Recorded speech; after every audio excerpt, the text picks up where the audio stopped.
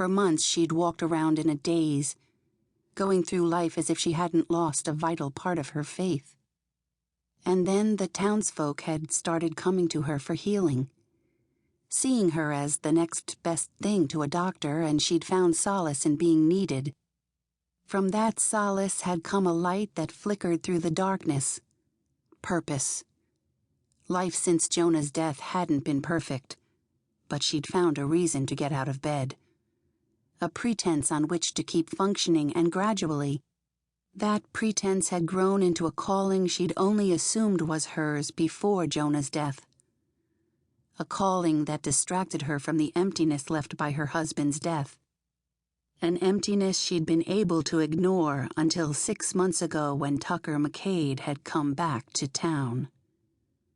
She grimaced and shifted her position, the star-studded vastness of the landscape striking her anew with its beauty, almost as though it was the first time she was seeing it. And maybe it was. Sometimes she felt that Jonah's death had wiped clean her understanding of who she was, and left a stranger in its place. A stranger who was familiar in her love of these beautiful nights of endless sky and sparkling stars, yet foreign in her attraction to the big Texas Ranger. She couldn't pinpoint what drew her to the man. Tucker was too big, too wild, too unpredictable to be described in easy terms. He breathed the violence she abhorred, seemed to believe in nothing but the moment, and the only emotion he let anyone see never made it to his eyes.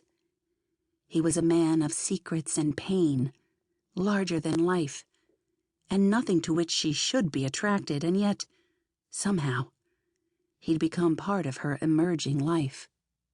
Laying temptation in front of a man like me is dangerous, pretty thing.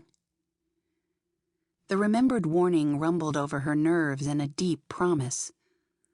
At the time, she hadn't thought she'd been laying anything anywhere, just tending the nasty cut on his arm. But looking back, she had stood closer than she'd needed to, and her fingers had lingered longer than they'd needed to. She blamed it completely on the utter fascination of the man.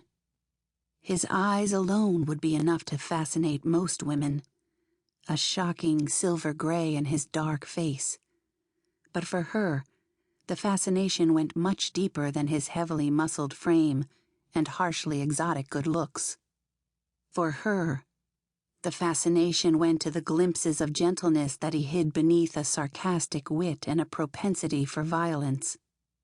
A gentleness she suspected he wore with the same ease with which he wore his guns and knives.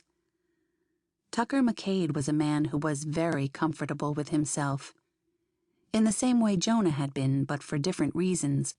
While Jonah had been comfortable with the path God had revealed to him and his ability to stick to it, Tucker was comfortable with the path he had laid out for himself, and comfortable with his ability to hold it where he wanted. Sally shook her head, breathing deeply of the humid night air, fragrant with the aroma of the roasting pig that had been served up earlier. Tucker fought at the drop of a hat.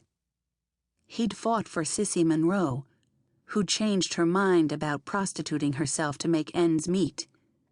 Fought for a mongrel puppy pinned down after stealing a loaf of bread. And sometimes he just fought for reasons that had no discernible cause, other than that he wanted to.